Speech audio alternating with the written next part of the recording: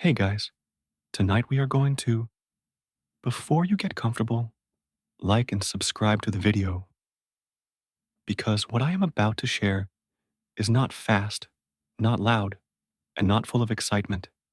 It is a soft, whispered wandering through the dim corridors of memory, a memory that is not your own, but one passed down in fragments through folk tales, through old records, through the voices of people who feared the dark and yet lived their lives within it. This is a lore of demons, not the kind of demons that leap at you from stories told around a campfire, not the kind that claw and snarl in movies or burst from shadows with fury. The demons we will visit tonight are slower, they are patient, they are figures that live inside quiet fears, old warnings, whispered names. And as we walk together through the hushed paths of history, we will meet them gently, the way you might brush your hand across an ancient stone or step carefully into a forgotten ruin. Breathe in, breathe out, let your body grow still, and let us step into the first hall of this long, meandering story. The old word for demon. Long before there were printed books, long before there were glowing screens, there were words spoken in small gatherings, around hearths, inside huts of wood and reed. People told stories that were not entertainment, but memory. Among the oldest of those words was a sound you would recognize, even if it was spoken in a tongue now vanished. It was the word that meant spirit, and later, demon. In the Greek tongue, they said daimon, a spirit, not always evil, sometimes a guide, sometimes a force of luck, a whisper at your shoulder, a flicker of suggestion in your thoughts. To the ancients, a daimon was not so different from the way you feel when a decision seems to arrive in your mind unbidden. Do this, not that.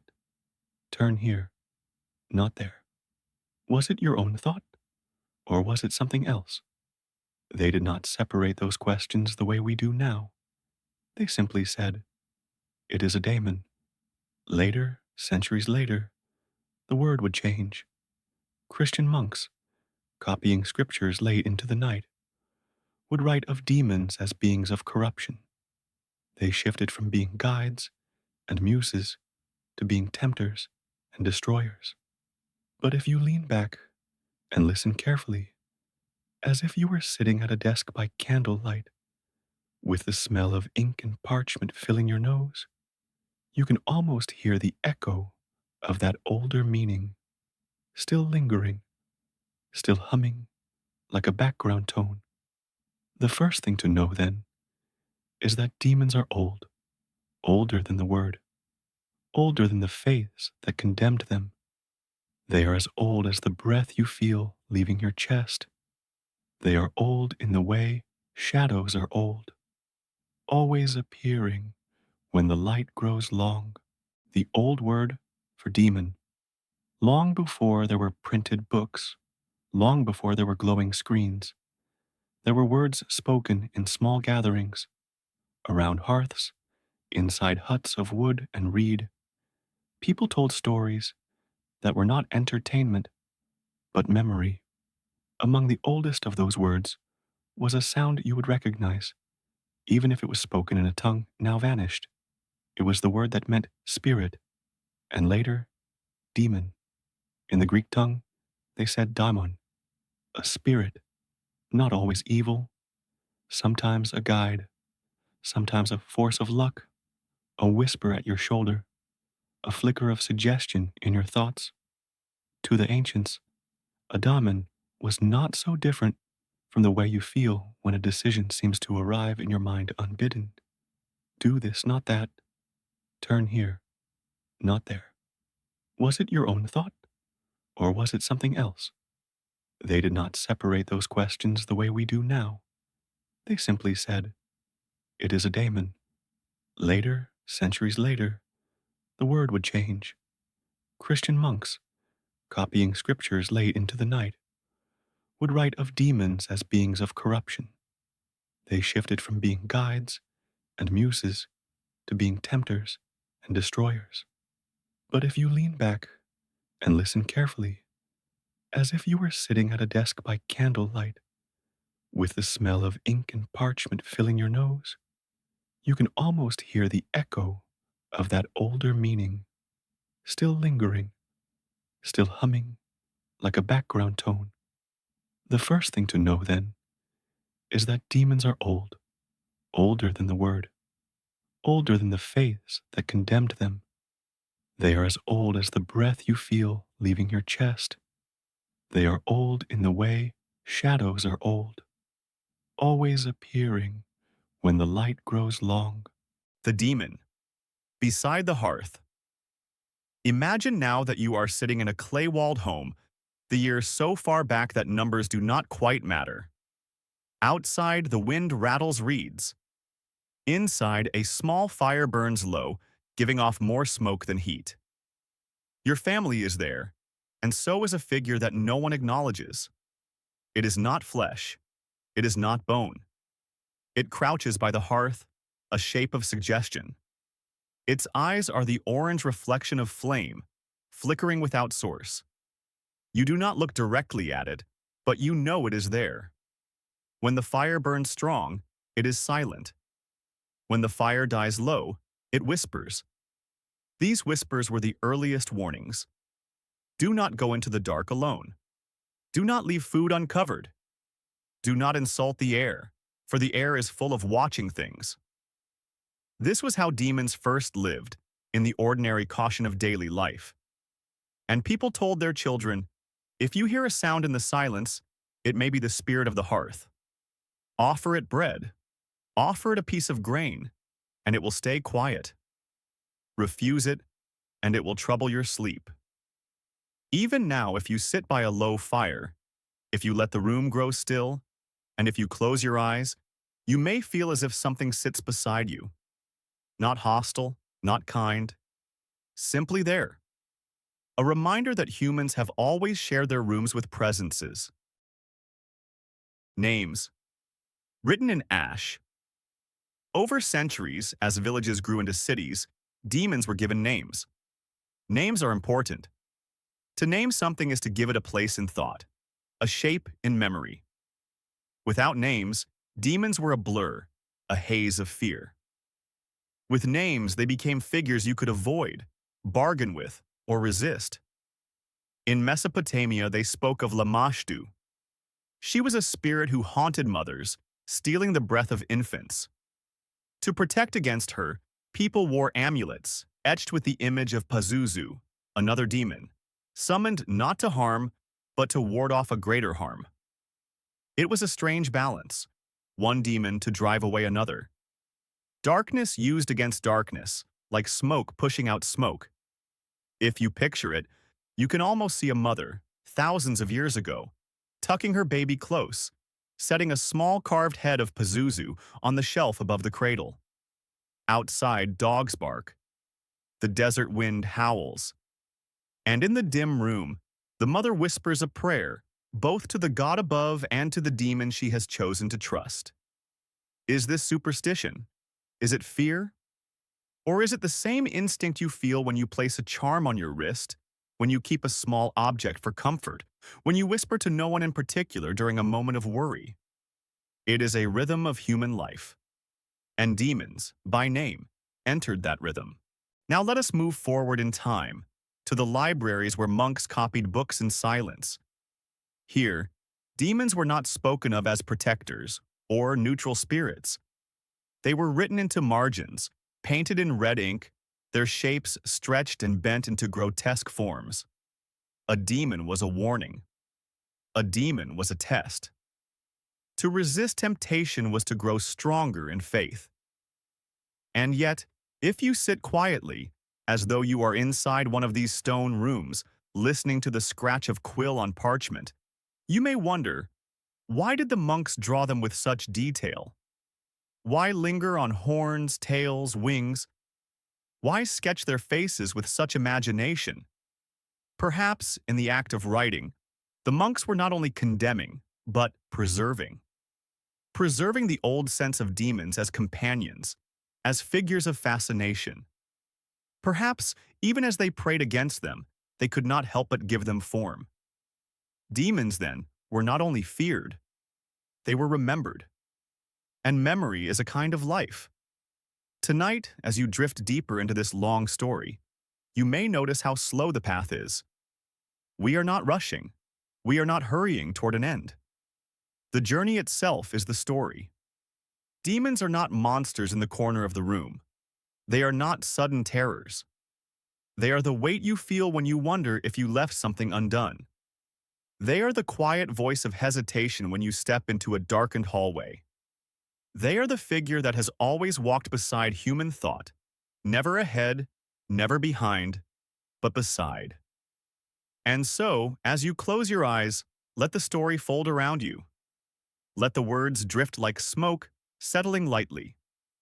You are walking not in danger, but in history. A history of whispers. A history of quiet presences. Breathe slowly and rest.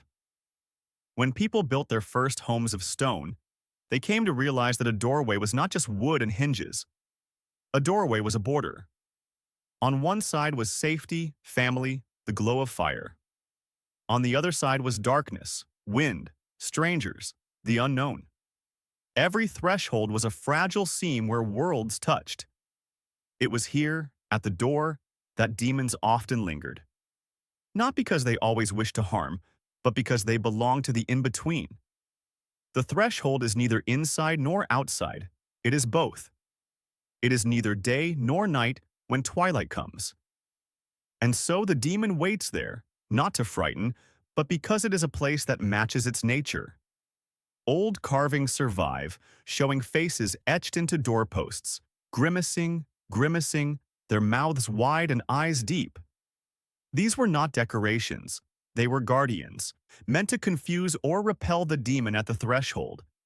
If the demon mistook the carving for a rival spirit, it would not cross. If it paused to puzzle over the face, the family inside could sleep undisturbed. Now, imagine yourself standing at your own door, in the quiet of night. The threshold feels different when the world is still. If you pause there, you may sense it too, that faint tension, that invisible seam. It is the place where the old world imagined their demons stood, leaning, listening, patient as ever. Far to the south, in lands of dry wind and endless sand, demons were not seen in stone carvings, but in dust and mirage. The desert itself was thought alive, a place where voices carried farther than they should. Travelers said the wind did not only whistle, it spoke. And sometimes, it called them by name. They told of spirits like the ghoul, who lured wanderers from their paths. Not always through attack, but through deception. A light seen in the distance flickering like a lantern. A sound of footsteps behind, though no one was there. A call that led one farther into dunes, until the stars above spun unfamiliar. These desert demons were not bound to homes or cities. They were bound to emptiness. Their nature was hunger, not for food, but for company. To pull a traveler into endless sand was, in a way, to bring them closer. And so the desert was always traveled with caution, with prayer, with offerings poured onto the sand before beginning a journey. Now, if you picture it, you might see yourself walking among dunes under a silver moon. Each step presses into the cool sand. The horizon sways gently. And though you are alone, a voice, distant, gentle, calls your name. Would you follow it? Or would you keep to the path you know? The ancients did not always answer the same way. Not all demons walked in deserts or lingered at doors. Some lived in dreams. When the body grew still, when the mind drifted into images and memory, these demons slipped in. In medieval records, there were tales of the incubus and succubus. Not fiery monsters, but dream haunters.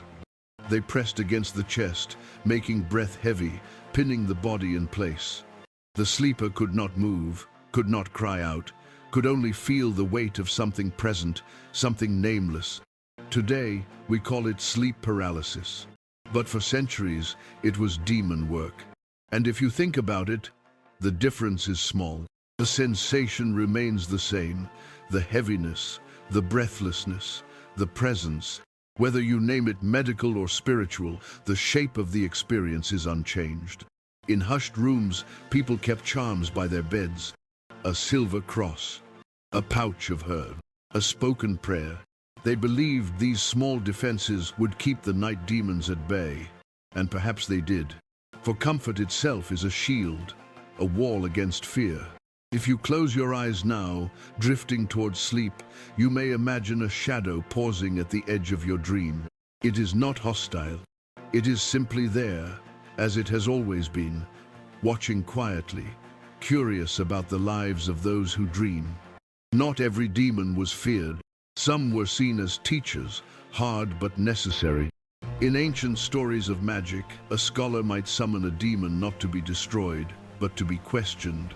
The demon knew secrets, they said. It knew where lost treasures were hidden, where metals lay buried, where truths could be uncovered. The cost of such knowledge was always heavy, a ritual, a promise, sometimes a soul. But the idea lingered for centuries, that demons were keepers of wisdom, guardians of doors that humans could not open alone. If you picture yourself seated at a desk, candlelight flickering, a book of strange symbols before you, you can almost hear the scratching of pen on parchment. Outside, the night presses against the windows. Inside, you whisper the words you have copied. And then the air grows heavy. The candle bends. Something unseen listens. It is not quick. It is not loud. It is patient, waiting for you to ask your question. In this way, demons became woven into the search for knowledge. Not simply destroyers, but strict keepers of gates. What you asked, they might answer, but you would always leave changed. As the centuries passed, demons did not vanish. They walked beside people through every age, shifting shape with each culture, each belief, each need. Sometimes monstrous, sometimes guides, sometimes a shadow at the edge of firelight, sometimes a whisper in a dream. And so we come to understand, demons are not just figures of fear. They are companions of human imagination. They are the weight that makes caution stronger, the voice that makes prayer deeper, the presence that makes comfort sweeter. They are as old as language, as old as silence. Tonight, as you let your eyes close, you may feel them nearby. Not hostile, not kind, simply there, walking with you as they have always walked with those who came before. Imagine yourself stepping into a market long after its voices have faded. The stalls are empty, the baskets are overturned. The air is still, though the faint smell of spices lingers. You are not alone. Old stories tell of demons who wandered among markets after nightfall. When the day's trade was done, when coins no longer clinked, and when the lamps burned out, they came to look through what was left behind. These were not demons of fire or fury, but of silence. They loved forgotten things, a dropped bead, a chipped bowl, a thread of cloth carried on the breeze. In towns of the Middle Ages, people whispered of market demons who punished thieves. If a merchant cheated a buyer, a demon might place a shadow on his stall. If a buyer lied about weight or measure, that shadow followed them home. No one could see it at first, but the unlucky person would feel it an unease, a sense of being watched. In this way, demons became the secret overseers of fairness. Not kind, not merciful, but precise. If you walk with me now, through this market of shadows, you can almost hear the faint rustle of movement. A soft scrape of pottery, a whisper like cloth being folded. Do not fear. They are not here for you. They are here because markets always leave behind traces, and demons, like dust, settle into the places where human hands once lingered. Travel with me further, past the roads, past the towns, until you reach a pool of water that does not flow. It is dark. It is still. No ripples cross its surface unless disturbed. Such waters, people said, were homes for demons. In Babylonian tablets, scribes warned of spirits who rose from stagnant pools, bringing fever and sickness. To drink from such a pool was to invite a shadow into the body. To bathe in it was to carry away more than water. Even in later centuries, villagers avoided still ponds. Children were told not to play near them. Travelers were warned to draw only from running streams. It was not just about health, it was about presence. The sense that in unmoving water something waited. Picture yourself kneeling by such a pool. The reflection of your face stares back. But in the stillness, you see another reflection too, one that does not move when you do. It lingers, faint, half shadow, half form. You blink, and it is gone. But you know the story. Demons live in still water. And so you rise, and you leave the pool untouched. Perhaps it was only your imagination, perhaps not. Either way, the caution keeps you safe. When fields were plowed in spring, farmers often looked to the edges of their land with unease. Not because of weeds or pests, but because of demons. Old European tales spoke of field demons who walked the furrows at dawn. They were not often seen, but if a farmer felt sudden exhaustion, if crops wilted without reason, it was said that one of these spirits had passed through. They carried hunger with them, a hunger that drained both soil and body. And yet, farmers also left offerings for them. A handful of grain, a cup of milk. For the same demon who spoiled one harvest could bless the next. Like the wind, they were changeable, neither enemy nor friend.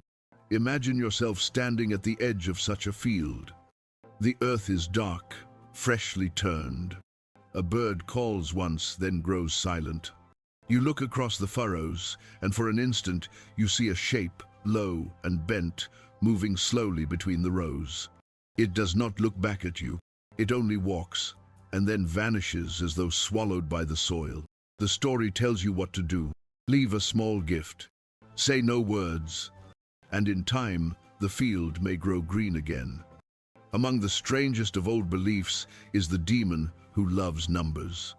In Slavic folktales, there are whispers of spirits who follow travelers, counting every step they take. They are patient, meticulous, unhurried. And if the numbers fall out of balance, misfortune follows.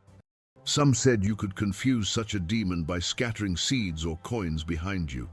The spirit, compelled to count, would pause. It would stoop over each grain, each coin, whispering numbers to itself until dawn came. By then, you were far away. Even in later centuries, this superstition lingered. Some households tossed beans at crossroads, just in case.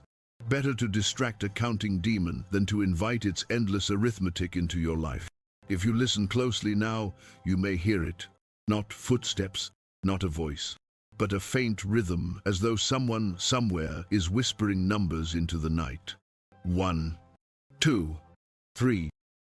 It does not hurry. It never stops. And if you feel uneasy walking home after dark, you may wonder whether your steps are being counted too. Let us end this segment inside a building. Not a grand hall, not a church, but a small empty room at the back of a house. The door is rarely opened. The window is cracked and dust lies thick across the floor. Such rooms, people believed, drew demons. They did not come for malice. They came for quiet. A room no one entered was a room that belonged to them. It became their dwelling, their seat, their silent corner. And if you stepped inside too suddenly, you might feel a wave of unease, like entering a place where someone has just been, though you see no one. Old families whispered of this often, that every home had one such room. A chamber not used, not spoken of. A chamber that belonged not to the family, but to something else. Now, as you picture yourself stepping into such a space, notice how still the air feels. Notice how the light falls in slanted beams. Notice how the walls seem to breathe, slowly, though they are made of stone. It is not a place to fear. It is simply not yours. And so you step back, closing the door gently, leaving the demon of forgotten rooms to its rest. Closing of the segment. Breathe slowly. The markets are silent. The pools are still. The fields are quiet. The roads are measured, and the rooms are closed. Demons, in their many forms, remain part of the long, quiet fabric of human history. Not rushing, not screaming, only existing in the pauses, the thresholds, the shadows, the places we overlook. Let your body soften, let the words fade. The story continues, but for tonight, you may drift into sleep, knowing the shadows are only whispers of those who have always walked beside us. Now picture yourself in a library, not modern, but ancient. The shelves are wood, darkened with age. Scrolls and manuscripts rest in quiet piles. The air smells of parchment and dust. Here, too, demons were said to dwell. Not every demon was drawn to fire or wilderness. Some belonged to books.